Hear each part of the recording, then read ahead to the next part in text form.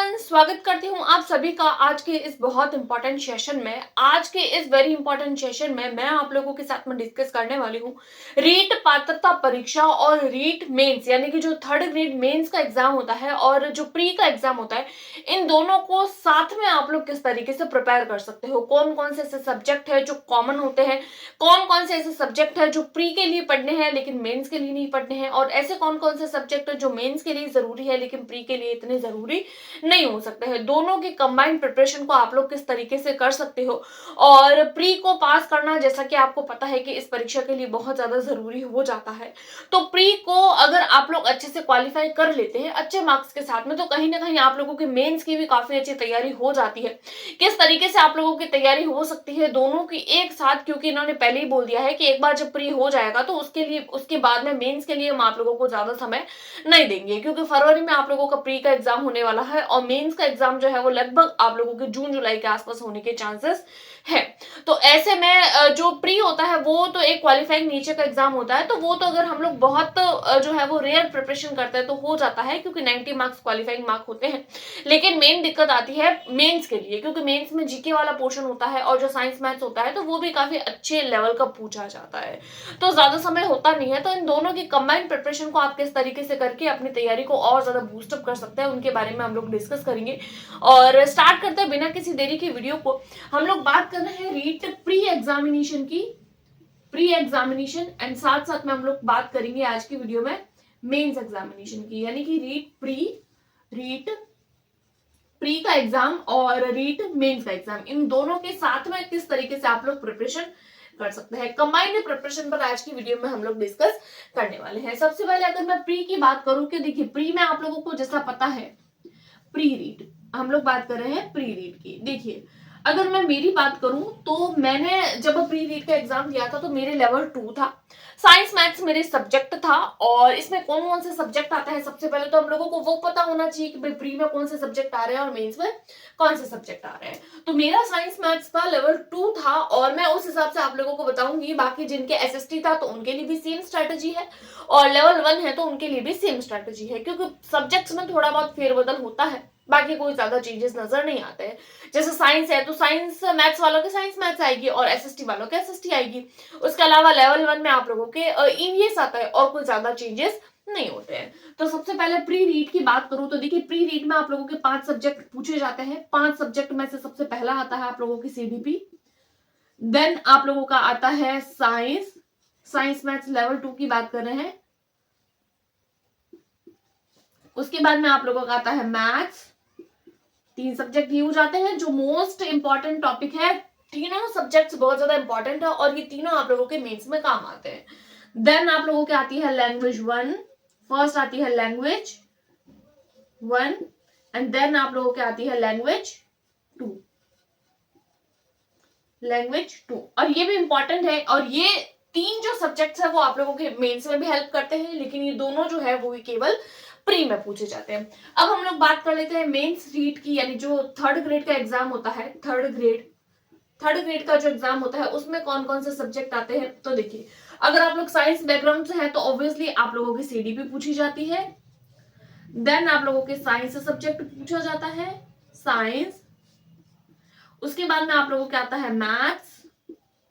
उसके अलावा most important topic, most important बात, मोस्ट इंपॉर्टेंट सब्जेक्ट जो आप लोगों की प्री में लैंग्वेज होती है, यहाँ पर लैंग्वेज नहीं होती है। तो यहाँ पर क्या आता है, तो यहाँ पर आप लोगों के पूछे जाते हैं राजस्थान जीके, राजस्थान का जीके। अब राजस्थान जीके के अंदर आप लोगों की जो स्टैटिक जीके है वो है, हिस्ट्री पॉलिटिक्स ज्योग्राफी वो भी आती है। उसके अलावा आप लोगों के जो करंट अफेयर्स होता है, करंट जीके भी आप लोगों के इसके अंदर पूछा जाता है, राइट। तो ये कुछ 4 जो है वो सब्जेक्ट आ जाते हैं। अब साइंस है तो साइंस के साथ में ऑब्वियसली इसकी पेडागोजी आ जाएगी, पेडागोजी आ जाती है। मैथ्स है तो मैथ्स की भी इसके साथ में पेडागोजी आ जाती है, दोनों की पेडागोजी। सबसे पहले तो एग्जाम स्कीम पे मैं आप लोगों के, ये तो हो जाते हैं सब्जेक्ट, ठीक है, ये होते हैं प्री के सब्जेक्ट और ये हो जाते हैं आप लोगों के मैथ्स के सब्जेक्ट। अब हम लोग बात कर लेते हैं प्री में आप लोगों के जो है वो एग्जाम स्कीम किस तरीके से रहती है। तो देखिए अगर मैं प्री की बात करूं तो प्री एग्जाम के लिए आप लोगों के ये जो पेपर होता है वो 150 मार्क्स का होता है, और प्री एग्जामिनेशन होता है। इस परीक्षा को देने के बाद में आप लोगों को पात्रता मिलती है, यानी कि आप लोग अगर थर्ड ग्रेड की परीक्षा देना चाहते हैं तो थर्ड ग्रेड परीक्षा के लिए एलिजिबल किया जाता है। एज अ जनरल कैटेगरी है तो 90 मार्क्स लेकर आने हैं जनरल कैटेगरी के लिए। और अगर आप लोग किसी अदर स्टेट से हैं, जैसे कि अदर स्टेट से है, जैसे मान लीजिए अगर आप लोग यूपी से है, बिहार से है, या कोई और जो है वो स्टेट से आ रहे हैं, लेकिन अगर आप लोग जो है वो इसका एग्जाम दे रहे हैं तो भी आप लोग जो है वो जनरल में काउंट होंगे, तो आप लोगों को भी 90 मार्क्स लेके आने। देन आप लोगों के आते हैं कैटेगरी वाइज, जैसे कि मान लीजिए आप लोगों का आ जाता है ओबीसी, फिर आ जाता है SC ST category, ST SC category, उसके अलावा जो होती है वो जैसे विडो होती है वो हो गया, और डिसेबल्ड हो जाते हैं वो सारे, तो उनको लाने होते हैं 82 मार्क्स। पात्रता परीक्षा होती है, नेगेटिव मार्किंग आप लोगों को इस परीक्षा में देखने को नहीं मिलती है। ये जो एग्जाम होता है इसके अंदर नेगेटिव मार्किंग देखने को नहीं मिलती है। उसके बाद में देख लेते हैं ये एक मुख्य परीक्षा होती है। इसको करने के बाद में ओनली पात्रता मिलती है, और इसको करने के बाद में आप लोगों को जॉब मिलती है। ये करेंगे तो इससे आप लोगों को जॉब नहीं मिलेगी, सिर्फ एक सर्टिफिकेट मिलेगा जिसके लिए आप एलिजिबल है इस परीक्षा को देने के लिए। ये मेंस एग्जाम होता है, इसमें आप लोगों की कट ऑफ बनती है। कट ऑफ का इस परीक्षा से कोई लेना देना नहीं होता है। इसके मार्क्स चाहे आप लोग 90 लाए तो भी पास है, 150 में से 150 लाए तो भी आप लोग पास है। मेरिट का इस एग्जाम से कोई लेना देना नहीं होता है। यहाँ आप लोग 90 लाते हैं तो भी पास ही है, 125 ला रहे हैं तो भी पास है, तो यहाँ पर कोई आप लोगों को ज्यादा एफर्ट वाली वो बात नहीं है। 90 तक लाइए इनफ है। मेंस आप लोगों को यहाँ पर होती है क्योंकि ये मेन परीक्षा है। अब इसमें आप लोगों की सबसे पहली बात नेगेटिव मार्किंग नहीं होती है, लेकिन इसमें आप लोगों के नेगेटिव मार्किंग होती है। नेगेटिव मार्किंग होती है, सबसे पहली बात नेगेटिव मार्किंग होती है।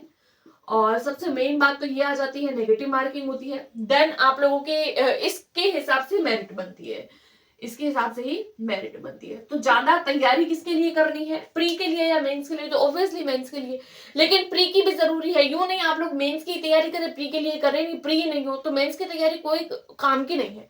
तो प्री के लिए भी तैयारी करनी है, मेंस के लिए भी तैयारी करनी है। ये तो जाती है एग्जाम की स्कीम जो मैंने आप लोगों को बता दी। अब बात ये आती है कि ऐसे कौन से टॉपिक्स है, ऐसे कौन सी चीजें हैं जो दोनों में कॉमन है, जो दोनों में ही हेल्प करेगी। तो देखिए, जैसा कि आप लोगों को दिख पा रहा होगा, सीडीपी यहाँ पर भी है, यहाँ पर भी है, सेम सिलेबस है, कोई ज्यादा सिलेबस में चेंजेस नहीं होते हैं। बस जो क्वेश्चंस के जो क्वेश्चन का जो लेवल है वो थोड़ा बहुत आप लोगों को आगे पीछे देखने को मिलता है, बाकी क्वेश्चंस सेम होते हैं, कोई ज्यादा फर्क नहीं होता है। बस आप लोगों को ऐसा होता है कि नहीं, प्री का एग्जाम है मतलब इजी होगा, वो मेंस का एग्जाम है मतलब टफ होगा, बाकी ऐसा कुछ नहीं होता है। सिलेबस सेम होता है, सारी चीजें सेम होती है, सेम टू सेम चीजें आप लोगों को पढ़नी होती है। तो ये टॉपिक, ये जो सब्जेक्ट है सीडीपी वाला, ये आप लोगों के लिए कॉमन हो जाता है। तो अगर आप लोग प्री के लिए अच्छे से पढ़ लेते हैं सीडीपी, तो आप लोगों को मेंस के लिए जो है वो अलग से सीडीपी पढ़ने की जरूरत नहीं रहेगी। तो ये एक टॉपिक, ये एक सब्जेक्ट आप लोगों को हेल्प कर सकता है प्री और मेंस दोनों में, तो इन दोनों को आप कंबाइन कर सकते हो। दूसरा आता है साइंस सब्जेक्ट। तो साइंस आप लोगों की यहाँ पर भी है और यहाँ पर भी है। यहाँ पर साइंस प्लस साइंस की पेडागोजी, यहाँ पर भी साइंस और साइंस के साथ में आ जाती है पेडागोजी, यहाँ पर भी पेडागोजी पूछी जाती है, तो ये भी हो जाता है कंबाइंड। तो साइंस अगर आप लोग यहाँ पर अच्छे से प्रिपेयर कर लेते हो, ऑब्वियसली आप लोगों की यहाँ पे भी हेल्प करेगी। अब साइंस की पेडागोजी तो ऑब्वियसली दोनों में सेम होती है, तो साइंस की पेडागोजी के लिए अलग से कोई सोर्स की जरूरत नहीं है, दोनों का सेम है। प्री के लिए अच्छे से तैयार कर लो, मेंस के लिए अपने आप हो जाएगा, मेंस के लिए अलग से पढ़ने की भी जरूरत नहीं पड़ेगी। ये तो हो जाती पेडागोजी की, लेकिन साइंस में थोड़ा सा फर्क है। अब कैंडिडेट के माइंड में ये आता है कि साइंस तो साइंस होती है, साइंस तो सेम है, तो फर्क क्या है? फर्क क्या है वो बताती हूँ।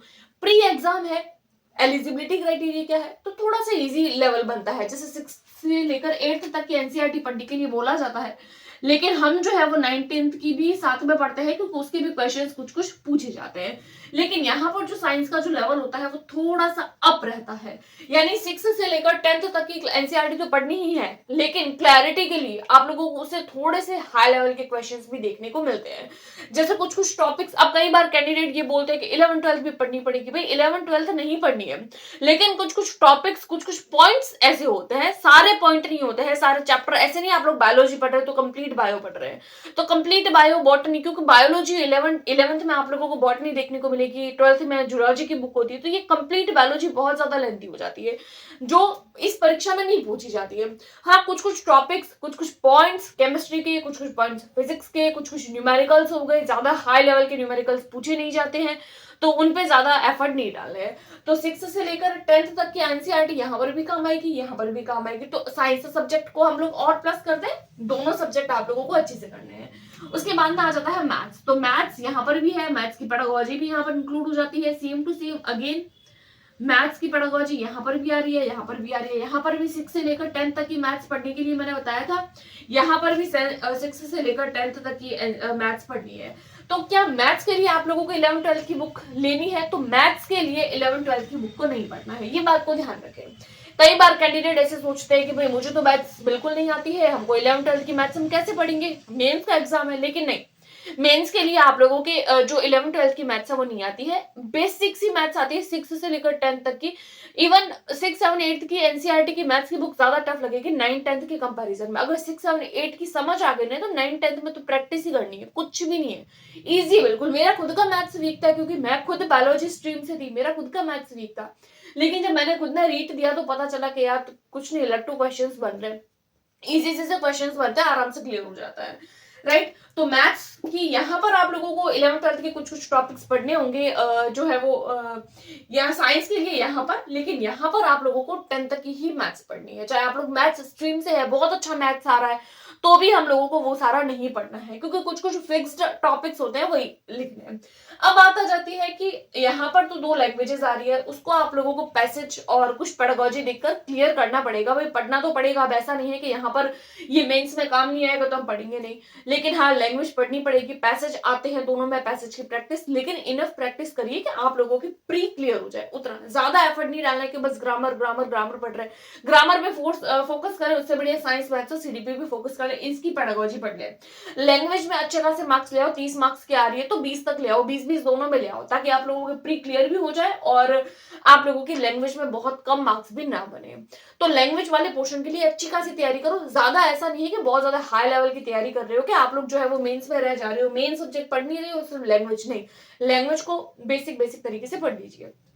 मेन बात आती है राजस्थान जीके और जो आप लोगों के करंट अफेयर्स आता है, उसके अलावा ज्योग्राफी आता है। राजस्थान जीके में फिर कंप्लीट आ जाता है, राजस्थान भी आता है, उसके अलावा और भी करंट अफेयर्स वगैरह वो पूछे जाते हैं। अब भाई हम तो हो जाते हैं साइंस स्ट्रीम के स्टूडेंट्स, साइंस वालों के लिए जीके पढ़ना मतलब वो होता है ना कि एक ऐसे जैसे हम लोगों ने कभी पानी का वो उठाया नहीं होता है बर्तन, और एक भी नहीं उठाया होता है, और हम लोगों को ऐसे ऊपर से 10-10 दे देते हैं कि भाई ये उठा के और आप लोगों को पानी भर के लेके आना है। तो हम लोगों के लिए जो साइंस स्ट्रीम के हम कैंडिडेट है, तो हमारे लिए जीके वही चीज है।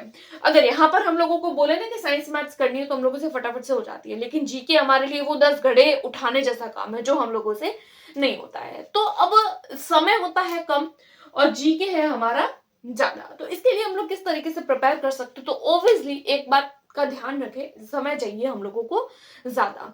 तो आप लोगों को राजस्थान जीके सबसे पहले तो मैं ये इसको इरेज करती हूँ ताकि आप लोगों को आगे समझ आ सके। देखिए अब दिक्कत कहाँ आती है, जीके वाले पोर्शन में, जीके वाले पोर्शन में आप लोगों को दिक्कत आती है। तो देखिए सबसे पहले तो आप लोगों के कम से कम जो है वो आप लोगों को 6 महीने का करंट अफेयर पढ़ना है। तो करंट अफेयर के क्लासेस, जीके की क्लासेस, जैसे जीके है तो सबसे पहले हिस्ट्री की अगर मैं बात करूं, हिस्ट्री आएगी एक तो आप लोगों के, देन आप लोगों की आती है ज्योग्राफी, ज्योग्राफी आती है, ज्योग्राफी भी आती है। और अगर मैं मेन बता रही हूँ, देन आप लोगों के आता है करंट अफेयर, करंट जीके आता है।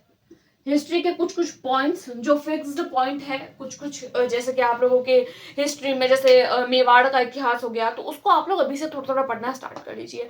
आप लोग वेट मत करिए जीके वाले पोर्शन के लिए, क्योंकि देखिए जो साइंस स्ट्रीम के कैंडिडेट होते हैं उनके ये जीके वाला पोर्शन बहुत वीक होता है। जैसे अभी मैंने एग्जाम्पल दिया ना कि 10 घड़े उठाने जैसा है, जो हम लोगों से होता नहीं है।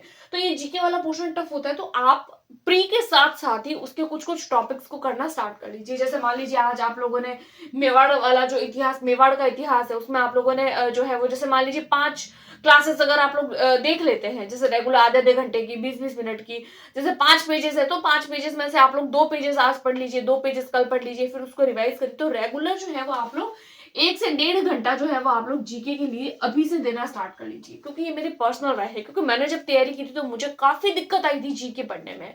क्योंकि एक तो मैं मेरी बात बताऊं तो मेरी मैथ्स एक वीक थी, और तो मैंने मैथ्स में ज्यादा एफर्ट डाला था। ऊपर से साइंस स्ट्रीम के कैंडिडेट की वैसे भी हम लोगों के जीके वीक होता है। उसके अलावा मुझे खास डर लगता था करंट जीके से, क्योंकि हिस्ट्री और ज्योग्राफी तो फिक्स होती है, हम बार बार रिवाइज करते हैं, हम लोगों को आती जाती है। लेकिन मेन बात क्या होती है, करंट जीके, आज पढ़ा कल नया आया, आज और पढ़ा कल नया आया, समझ ही नहीं आता क्या पढ़ना है क्या नहीं पढ़ना है। ये साइंस स्ट्रीम के बच्चों की जो है वो रियलिटी है। अगर आप लोग भी एग्री करते हैं ना, तो नीचे लिखिए कि हाँ हम एग्री कर रहे हैं, मेरी बात से आप लोग एग्री कर रहे हैं।